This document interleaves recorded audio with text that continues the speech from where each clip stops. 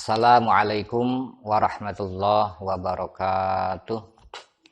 Alhamdulillahirabbil alamin wa bihi nasta'inu ala umuri dunya waddin.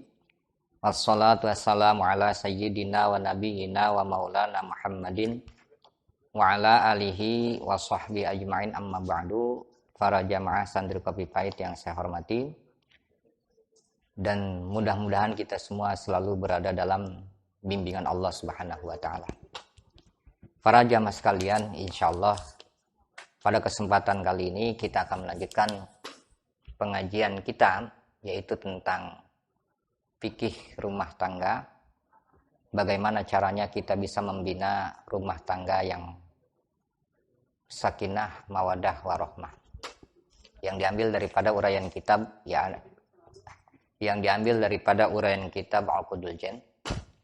Kemudian kajiannya sampai saat ini kita masih mengkaji tentang ringkasan daripada pasal kedua. Bismillahirrahmanirrahim. Bisanadil mutasil ilal imamil mu'alifi rahimahullahu ta'ala. Wa adaman naf'abihi wa bi'alamihi fid darain amin ya Allah ya Rabbana ya Rabbal alamin. Wal ihtijabu an ru'yati ajnabiyyin li syai'in min badaniha walau wajhaha wa kaffaiha izin nazru ilaihima haramun walau ma'a intifa'is syahwati wal fisnati. Itu yang akan kita kaji. Wal ihtijabulan gawe aling-aling an ruyati ajnabiyin saking ningaline wong lian ya syai'in kedue suwiji-wiji min badniha saking badane ya imro'at. Walau wajahalan sanajan iku aja ya imro'at wa kafelan dalam makan rorone imro'at izin nazru karena utawi ningalihima maring karone wajalan kafeha haramun iku haram. Wala ma'anti fa'isyawatilan sanyajan iku sumurtane lakane syahwat wal fisnatilan lakane fitnah. Wal ihtijabu dan hak suami yang harus ditunaikan oleh istri dalam artian wajib dipenuhi oleh istri. Al ihtijabu an ru'yati ajnabiyin li syai'in min badaniha, yaitu istri harus memakai pakaian yang menutupi tubuhnya dari pandangan laki-laki yang bukan mahramnya, ya, li syai'in min badniha, kepada bagian-bagian daripada tubuhnya.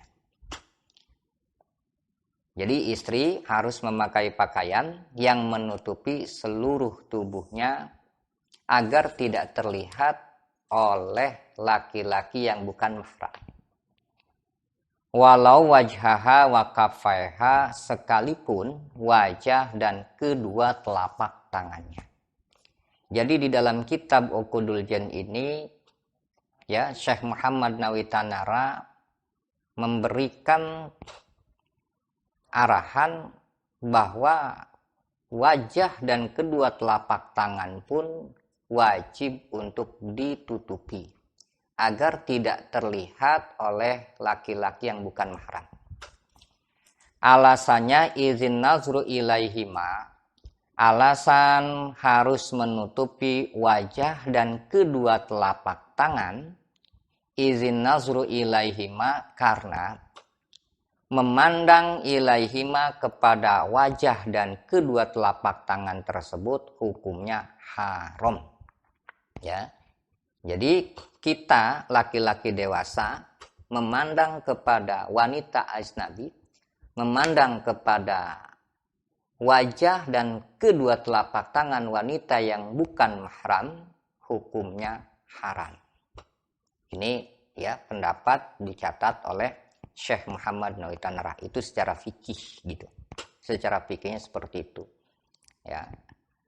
Walau ma'antifa'is syahwati wal fisnati.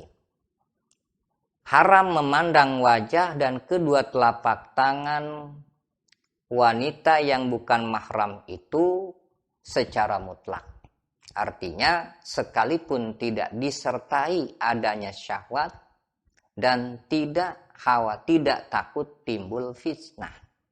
Mau timbul syahwat atau tidak, takut timbul fitnah atau tidak, memandang wajah dan memandang kedua telapak tangan wanita yang bukan mahram hukumnya haram. Maka oleh karena itu, kaum wanita pun wajib memakai menutupi seluruh tubuh termasuk wajah dan kedua telapak tangannya di luar sholat. Ya, ini pendapat dikemukakan oleh Syekh Muhammad Doi Tanara. Walaupun nanti ada pendapat juga yang mengatakan bahwa memandang wajah dan kedua telapak tangan wanita yang bukan mahram di luar sholat itu hukumnya boleh. Memang itu ada pendapat seperti itu.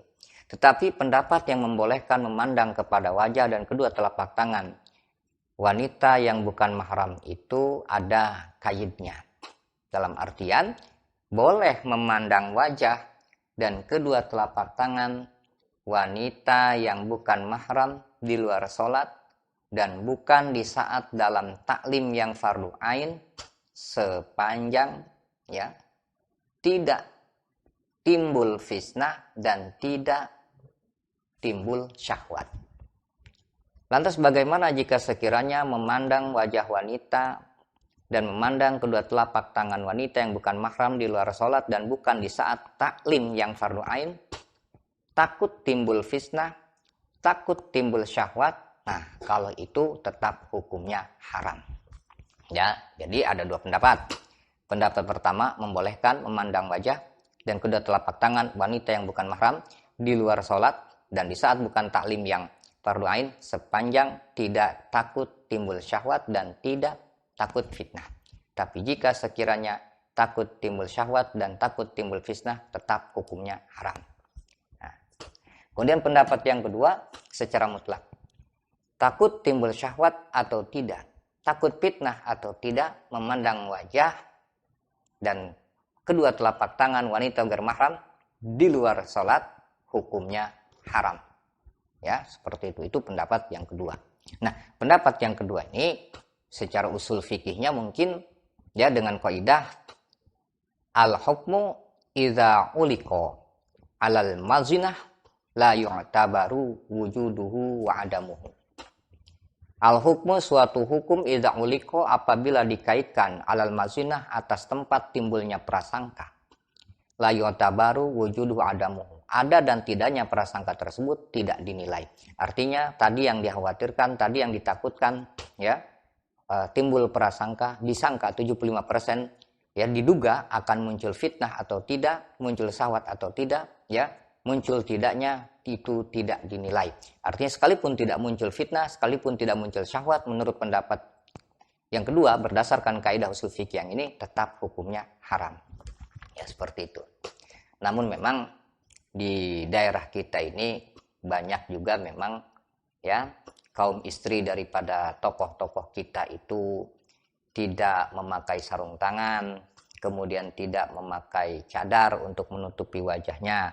Ya, ini pun kita tidak perlu berkomentar buruk kepada beliau-beliau karena memang tadi ada pendapat yang membolehkan. Ya, walaupun pendapat tadi ya ada kaidnya sepanjang tidak timbul syahwat dan tidak takut fitnah. Ya, tetap saja itu ada pendapatnya. Jadi kita perlu hormati juga pendapat tersebut. Ya, itulah memang fikih. Kalau fikih itu selalu ada perbedaan pendapat. Ya, tapi ketika kita membandingkan mana pendapat yang terkuat antara yang membolehkan dan yang mengharamkan. Ketika merujuk pendapat yang paling kuat itu adalah pendapat yang mengharamkan secara mutlak. Alasannya pendapat yang mengharamkan secara mutlak lebih kuat karena memandang wajah adalah mazinatul fitnah, sumber yang timbulnya fitnah. Itu alasannya seperti itu. Sedang. Kemudian dari mana dasarnya wanita harus memakai ya pakaian yang menutupi seluruh tubuhnya? Kita lihat dasarnya adalah dalam surat An-Nur ayat 31 kalau tidak salah. Nah, ini kita lihat redaksi ayatnya. A'udzu billahi minasy syaithanir rajim. Bismillahirrahmanirrahim.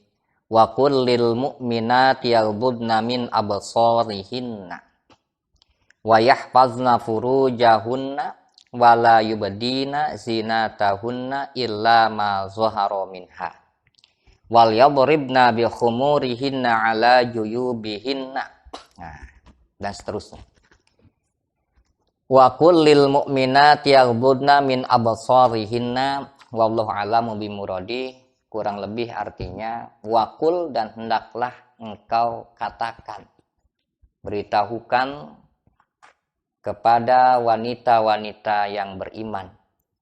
Allah memerintahkan kepada Nabi kita Muhammad SAW untuk memerintahkan kepada wanita-wanita mukmin yaghdudna agar mereka menahan pandangan-pandangan mereka amma la yahillu lahunna nazru dari perkara-perkara yang tidak halal bagi wanita tersebut memandangnya. Ya, itu perintah Allah. Kemudian wa yahfazna furujahunna amma la yahillu lahunna, kemudian juga mereka orang-orang yang beriman, wanita-wanita mukminat diperintahkan oleh Allah untuk memelihara kemaluan mereka amma la yahillu lahunna fi'luhu biha, dari hal-hal yang tidak halal bagi wanita mukminat, fi'luhu memperbuat, melakukan suatu perkara biha terhadap kemaluan tersebut. Ya. Jadi Allah memerintahkan kaum wanita untuk tidak mengumbar pandangannya. Karena dalam pandangan ada pandangan yang boleh dipandang, ada pula pandangan yang tidak boleh dipandang.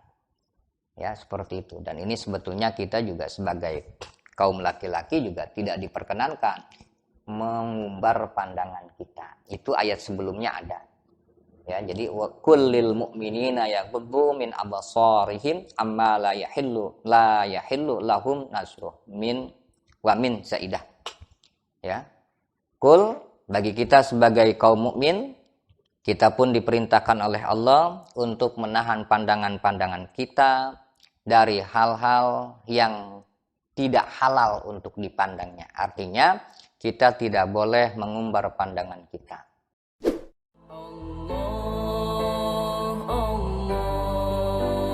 Allah, Allah, ya